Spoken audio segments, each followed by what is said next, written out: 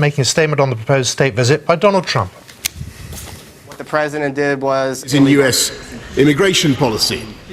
In view of the understandable concern and uncertainty, it may be helpful if I describe for the House the consequences for British citizens and dual nationals of the executive order issued last Friday. Let me begin by saying that this is not UK policy, and it is not our policy, nor is it a measure that this government would consider. I've already made clear our anxiety about measures that discriminate on grounds of nationality in ways that are divisive and wrong. On the 27th of January, President Trump issued an executive order banning the citizens of 7 countries from entering the US for a period of 90 days. Those countries are Syria, Iraq, Iran, Somalia, Yemen, Libya, and Sudan. The order makes clear that no US visas will be issued to citizens of those states, and anyone who already has a visa will be denied entry. The immigration policy of the United States is, of course, a matter for the government of the United States, but on the face of it, this executive order has consequences for some British citizens. For that reason, I spoke yesterday to the US administration, and my right honourable friend, the Home Secretary, has today spoken to General Kelly, the Secretary of Homeland Security. I'm able to provide the following clarification. The general principle is that all British passport holders remain welcome to travel to the US. We have received assurances from the US Embassy that this executive order will make no difference to any British passport holder, irrespective of their country of birth or whether they hold another passport. In any case, the executive order is a temporary measure intended to last for 90 days until the US system has added new security precautions. This is, of course, a highly controversial policy which has caused unease, and I repeat that this is not an approach that this government would take. But let me conclude by reminding the House of the vital importance of this country's alliance with the United States in defence, intelligence, which I'm sure they appreciate and understand on that side. On defence, intelligence and security, we work together more closely than any other 2 countries in the world. That relationship is overwhelmingly to our benefit. The Prime Minister's highly successful visit to the White House last week underlined the strength of that transatlantic alliance. Where we have differences with the United States, we will not quail from expressing them, as I have done today. Order. Let me just say to the House that it is obvious that there is huge interest in this matter, which colleagues can rely upon me to accommodate. I understand the strength of feeling, but the Foreign Secretary's statement, and indeed upcoming his answers to questions, must be heard. The Foreign Secretary. Where we have differences with the US, we will not hesitate to express them, as I have done today. If they were listening, if the members opposite were listening, as the Prime Minister did yesterday, as she did indeed in her excellent speech in Philadelphia last week. But we also repeat our resolve to work alongside the Trump administration in the mutual interest of both our countries. And I commend this statement to the House. Emily Thornberry. Mr. Speaker, let me start by saying this. I'm sure that the whole House will want to join me in expressing our sorrow at last night's gun attack on a Canadian mosque, which left 6 dead and 8 injured. They were all victims of hate, and we are all under a duty to stand up to hate, whenever and in whatever form it appears. I thank this Foreign Secretary for advance sight of his statement. I have to say, I thought there were a few pages missing, but apparently not. And so I hope that, Mr. Speaker, you will allow me to ask some questions on details that were missing from this statement, and also to ask about its timing. First, on the detail. As the Secretary of State knows, there are thousands of people in Britain who live here on a permanent basis, but who are also nationals of the 7 listed countries, and they have no dual citizenship. Many of them are here with indefinite leave to remain, having fled persecution or war. Can the Secretary of State confirm, based on what he has said today, that these thousands of British residents are now barred from travelling to the United States? People like Dr. Hamaseh Taheri, an Iranian national living and working in Glasgow, who on Friday was told that she wasn't allowed to fly home from Costa Rica because she was going to need to change planes in New York. Similarly, if a Somali national with a temporary US visa is currently in the UK visiting their family, can he confirm that they cannot now return to the US under these rules? I hope he can clarify these points. Turning now to the timing of this announcement. This order was issued at 9:45 on Friday UK time. It then took number 10 until midnight on Saturday, a full 27 hours later, to say that they would consider the impact on UK nationals. It then took the Prime Minister until Sunday morning to tell the Foreign Secretary to telephone the White House, and it took him until midday on Sunday to call the travel ban divisive and wrong. That is 38 hours. 38 hours, Mr. Speaker, to have the courage to say what everyone else was saying on Friday night. And finally, 46 hours after the executive order, we got clarification that UK nationals and dual nationals would not be affected. If this was because the wheels in Washington were slow to turn, it might be understandable. But look at Canada. They were immediately in touch on Saturday with their American counterparts, and by that evening, they had secured the travel rights of Canadian nationals a full 17 hours before we had secured ours. So can I ask the Secretary of State, Canada is supposed to be 5 hours behind the UK, so why were they a day ahead of us when it came to resolving this issue? And finally, a point on timing. The order was signed barely an hour or two after the Prime Minister had left the White House. Can he tell us, in their discussions about terrorism and security, was this imminent order mentioned? Because I don't know, Mr. Speaker, what's worse, that the President would have such little respect for the Prime Minister that he wouldn't think of telling her, or that he did, and that she didn't think it sounded wrong. If it was the first, it would hardly be a surprise. But if it was the latter, then we really do have a problem, Mr. Speaker. Because when it comes to human rights, when it comes to women's rights, when it comes to torture and the treatment of minorities, President Trump is already descending down a very dangerous slope. And when that happens, we need a Prime Minister who is prepared to tell him to stop, not one who simply proffers her hand and silently helps him along. Well, Mr. Speaker, I listened very carefully to I think the most substantial point the Right Honourable Lady had to make was about a particular case of a Glaswegian doctor, and I appreciate that there will be all sorts of cases, particularly difficult cases, heartbreaking cases, people who experience a lot of frustration as a result of this measure, which I repeat because I perhaps members didn't follow it first time. This is not the policy of Her Majesty's government. This is a policy that is being promoted elsewhere.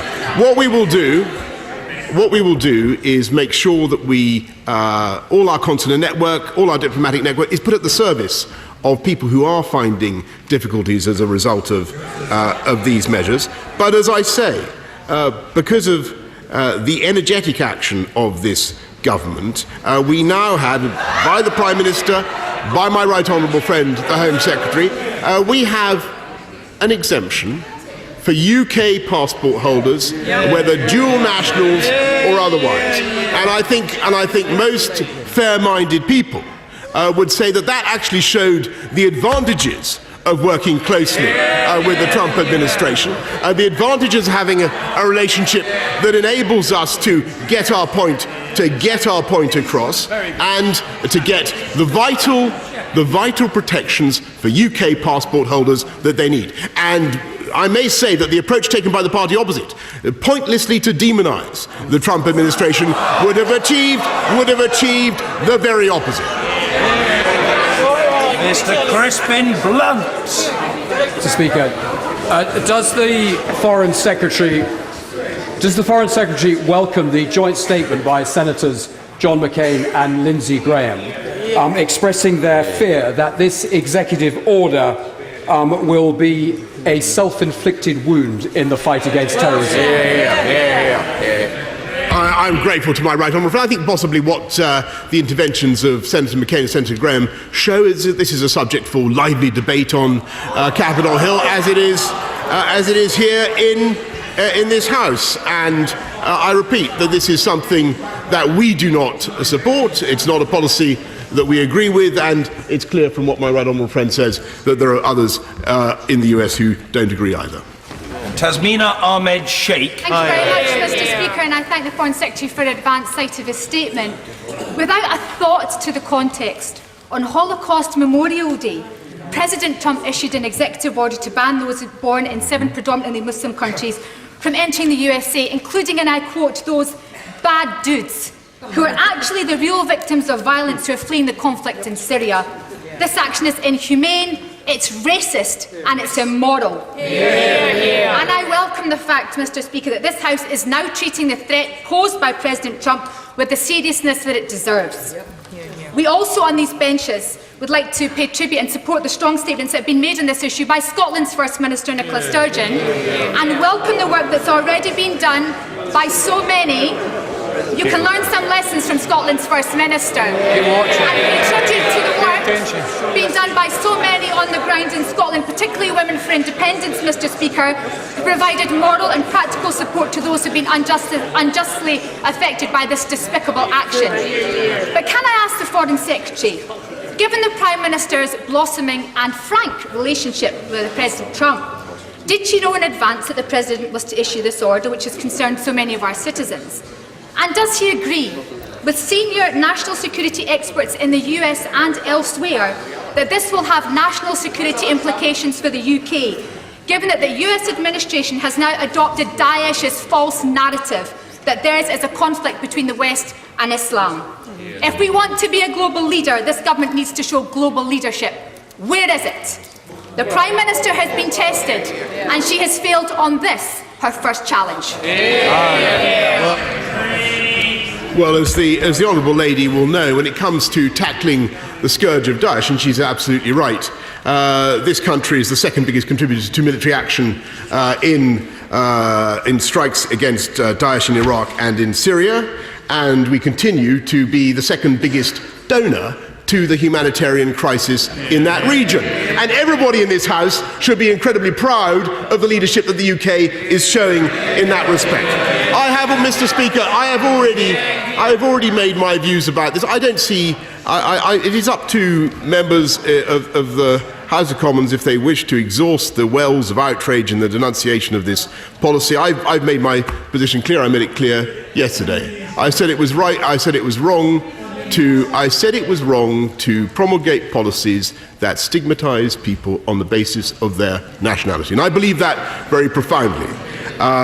What we have done in the last few days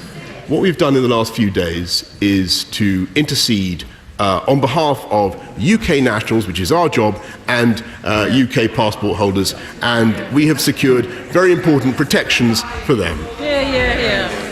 Dr. Julian Lewis. Trump is what we might call a known unknown. We know that he will do and say unpredictable things and often just as quickly abandon those positions. He will learn as he goes along. And what we have to remember is that our security and that of Europe depends on the Atlantic Alliance. So does my right honourable friend agree with me that there must be no question of our refusing to welcome him to these shores in the hope of setting him along the right path as soon as possible to our mutual benefit? Well, my right honourable friend is entirely right in the sense that the Prime Minister succeeded the other day in getting her message across about the North Atlantic Alliance, about NATO, and President Trump affirmed very strongly his commitment to that alliance. It's vital for our security, particularly the Article 5 guarantee. And the new President is, I think, very much in the right place on that. And it is totally right It is totally right that, and he said so, it is totally right, of course, that the incoming president of our closest and most important ally should be accorded the honour of a state visit. That's supported by this government, and the invitation has been extended by Her Majesty the Queen quite properly. Yvette Cooper. Thank you, Mr. Speaker. This is not just about the impact on British citizens. Yes. One of our closest allies has chosen to ban refugees and target Muslims. And all he can say is that, well, it wouldn't be our policy. That is not good enough. Has he urged the US administration to lift this order, to help refugees, and to stop targeting Muslims? This order was signed on Holocaust Memorial Day. Which makes it for the sake of history, for heaven's sake, have the guts to speak out. As I say, it is open to MPs opposite on all sides of the House to come forward with yet fresh expressions of outrage about the presidential executive order. I have made my views, and they're entitled. I have made my, and I share the widespread disquiet, and I have made my views absolutely clear. I've said that it's divisive, I've said that it's wrong, and I've said that it stigmatizes people on grounds of their nationality. But what I will not do, which is what I think the party opposite would do, is disengage from conversations with our American friends and partners in such a way as to do material damage to the interests of UK citizens. What we have secured are important protections for people in this country, and that is the job of this government. Sir Simon Burns. Thank you, Mr. Speaker. Given our newfound closeness with the Trump administration, what plans does my right honourable friend have to try and persuade the administration after the 90 days to abandon what to many is a despicable and immoral policy? And would my right honourable friend agree in paraphrasing a far wiser president, John F. Kennedy, that those that ride on the back of a tiger end up inside it? Well said, Burns. And I'm sure that the words of the right honourable gentleman will be heard in Washington. But all I can say is that we will continue, Mr. Speaker, to engage with the administration to make our points about the interests of UK nationals, and of course, wait for it, and of course, to convey our feelings about the global consternation that this measure has caused. Mr. Hilary Benn. Mr. Speaker, could the Foreign Secretary clarify what would be the position for an Iraqi national resident in the United Kingdom whose child is working in the United States and is a dual British and Iraqi citizen in the event that that child died? Would her mother be able to travel from London to the United States to bury her daughter under the current US arrangements? And if not, would he agree with me that that would be quite simply inhuman and outrageous? Yes, of course it is possible to create all sorts of hypothetical situations which are yet more outrageous. But the answer, as far as I understand the matter, and you will appreciate that it is up for the US to explain this aspect of their policy. The answer is that such a case would be treated very expeditiously, and particular arrangements would be put in place to ensure that that person was able to travel to the US. Order, I will do my best to accommodate the extensive interest in this subject, but can I gently and perhaps tactfully point out that members who toddled into the chamber after the Foreign Secretary's statement had begun should not be standing. It is in defiance of the conventions of the place, and I'm sure they wouldn't be so unreasonable as to think that they would have a right to be called, because that would be perverse, and they wouldn't behave in a perverse way, I feel sure. Sir William Cash. Thank you, Mr. Speaker.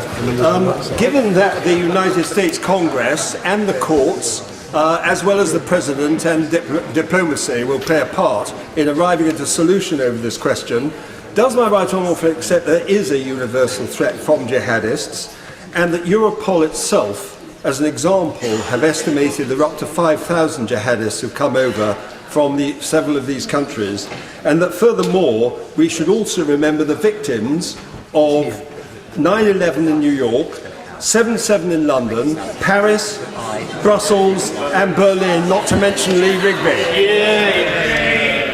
Of course, Mr. Speaker, we understand the threat from jihadists both at home and abroad, and that's why it's ever more vital that we work with our American friends to combat that threat. Mr. Dennis Skinner. Will the Foreign Secretary, just for a moment, try to recall, along with me, as I hid underneath the stairs when two fascist dictators, Mussolini and Hitler, were raining bombs on towns and cities in Britain. Now this government's hand in hand with another fascist, Trump. And what I say to him, do the decent thing and ban the visit. This man is not fit to walk in the footsteps of Nelson Mandela.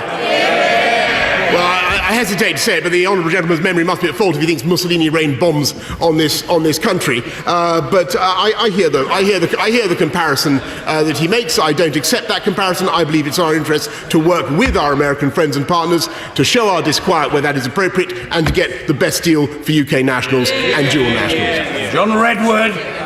When President Obama imposed a similar ban on a single country in 2011, American democracy ensured it did not last and other action was taken. Can't we rely on American democracy this time to do the right thing and take the right moral pose? And isn't it British ministers' jobs to speak for British policy?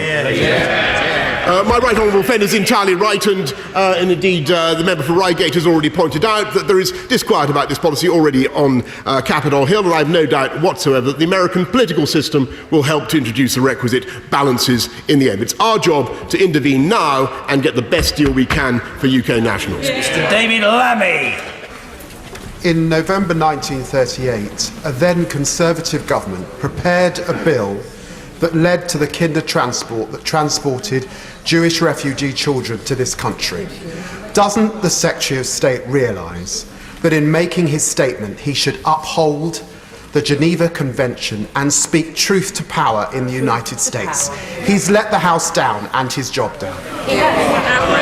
I have to say that I think the honourable member is taking sanctimony to new heights, and in fact most fair-minded people would say that we have been very clear with our friends in America that we don't agree with their policy. We disapprove of discrimination on grounds of nationality, and but we've worked with them to get the best possible outcome for UK nationals and dual nationals. But we have also made clear to the American administration, as I'm sure he would approve of, the widespread consternation that is felt by individuals such as him around the world.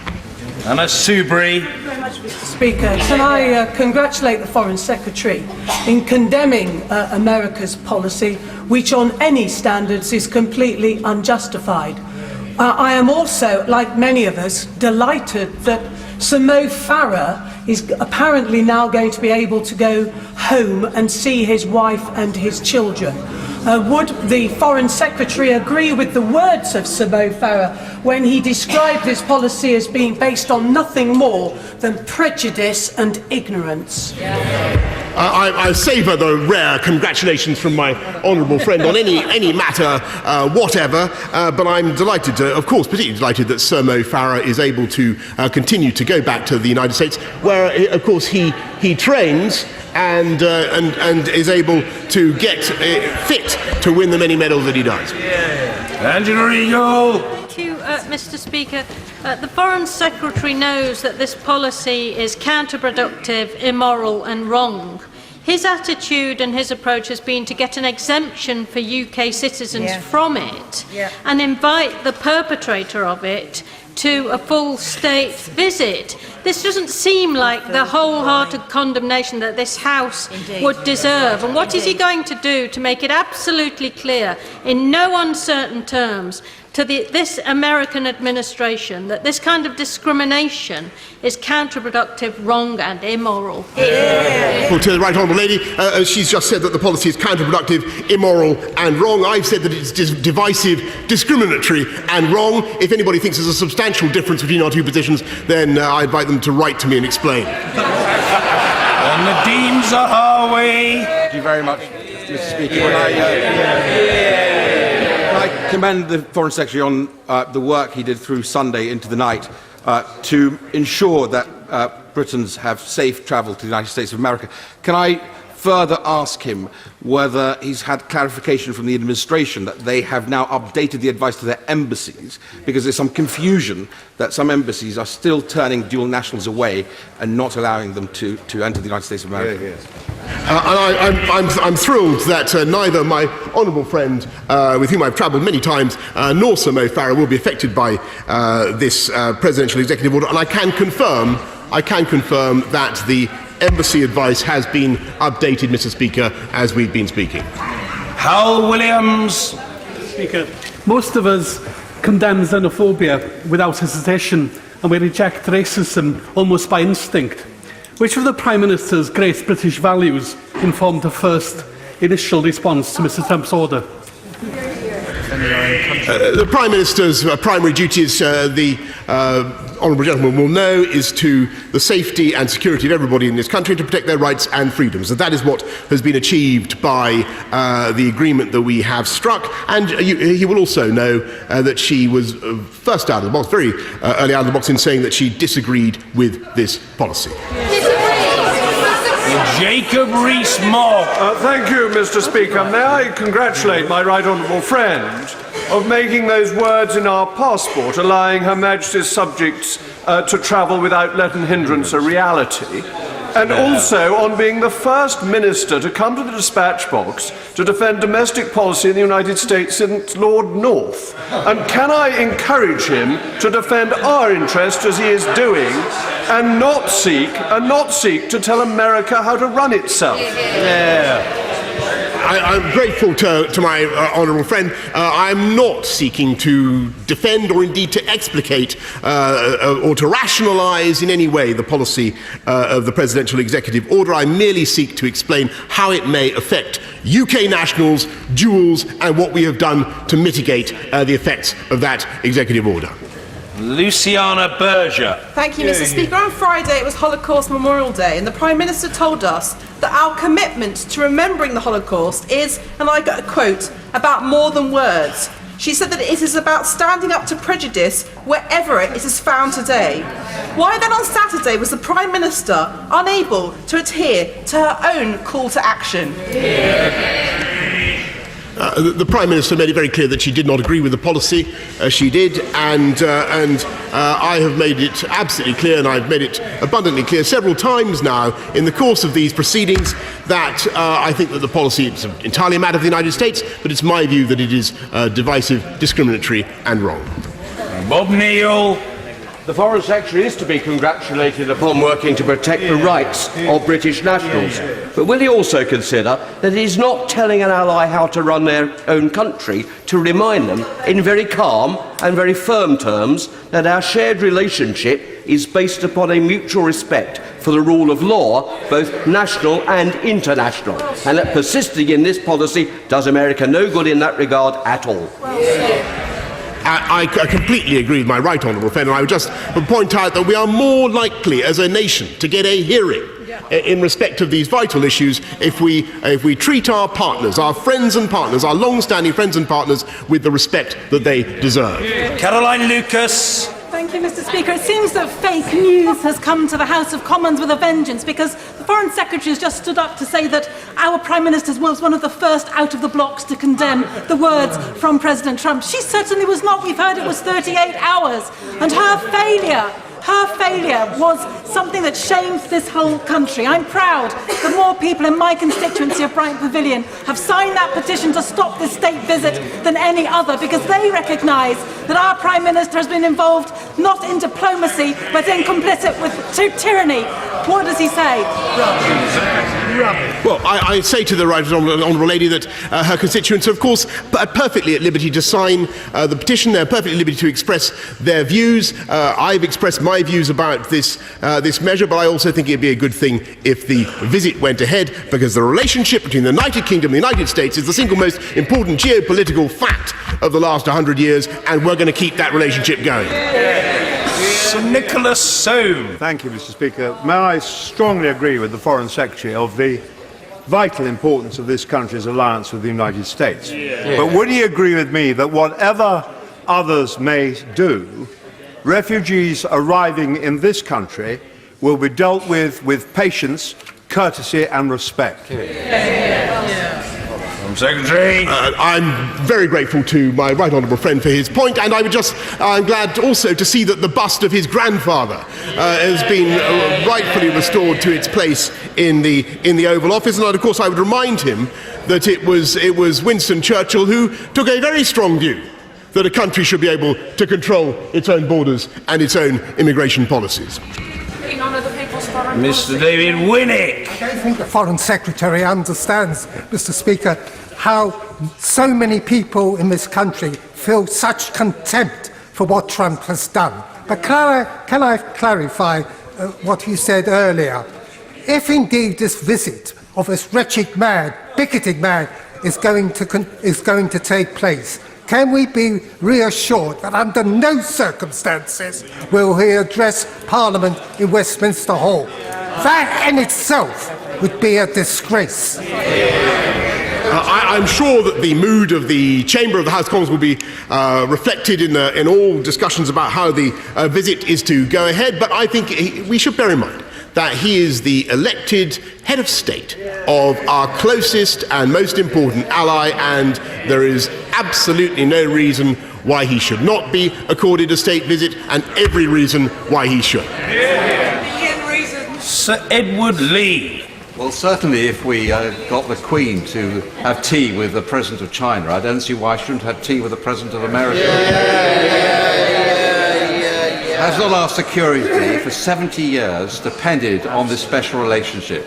And in those terms, and in terms of our prosperity with a future trade deal, was not the visit of the Prime Minister an absolute triumph? And we're all thoroughly proud of her. And isn't the first fruit of this special relationship the Foreign Secretary has ensured the rights of British citizens? I must say that I do agree with my right honourable friend about the Prime Minister's visit. I do think it was a very great success, and they evidently kindled an important relationship, and the parallels that were drawn extensively in the US commentariat between Ronald Reagan and Margaret Thatcher, between our Prime Minister and the new American President, were, I think, very apposite, and we can look forward to a new era of security and stability working together with the US.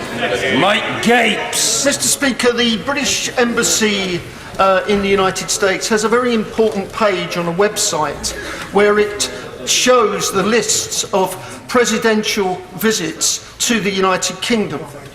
Can the Foreign Secretary confirm that George W. Bush was president for more than 2 years before he made a state visit, that Barack Obama was president for more than 2 years, and that many previous presidents didn't have state visits at all, although they did visit this country in their duties? Why on earth has Teresa the Appeaser got him here within a few months?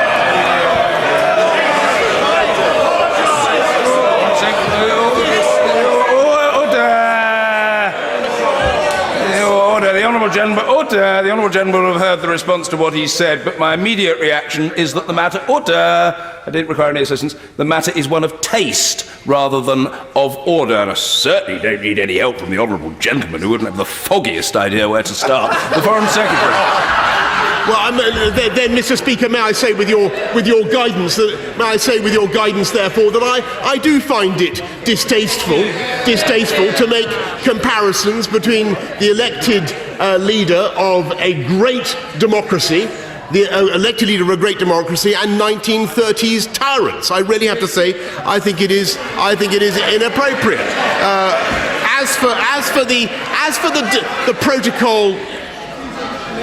As for the exact protocol, Mr. Speaker, of when the visit should take place, that is something about which obviously the honourable gentleman cares very deeply. I can't give him any guidance about that. That is a protocol matter. Keith Simpson. Can I offer the Foreign Secretary my commiserations at being sent out to bat on a very sticky wicket? Would he perhaps tell the House that when he intervened in Washington, was it through the State Department or the President's son-in-law? Foreign Secretary. I'm grateful to my honourable for that ingenious question, but I'm sure that the House will appreciate that we have very good relations at all levels now with the US government. My right honourable friend, the Home Secretary herself, has had an excellent conversation today with General Kelly of the Homeland Security Department, confirming the very important exemptions that we've achieved for UK nationals and for dual nationals. Tom Brake. Mr. Speaker, the Foreign Secretary doesn't like outrage, so does he understand the dismay felt by millions of Britons at the Prime Minister's failure to condemn immediately and unequivocally Trump's Muslim ban? And does he acknowledge that this ban may have increased the risk to British citizens in the 7 countries affected by the ban? Mr. Speaker, I think I'm simply going to have to repeat what I've already said about 15 times this afternoon about my own views on this policy, which I think... Well, to avoid repetition, let's just pull away there. The Foreign Secretary Boris Johnson facing questions from MPs over the government's response to the US travel ban imposed by Donald Trump. Mr. Johnson telling the Commons that British travellers would not be affected by the restrictions. OK, we're going to show you some pictures just in from Dublin. The Prime Minister, Theresa May, has arrived there for a meeting with Enda Kenny on Brexit.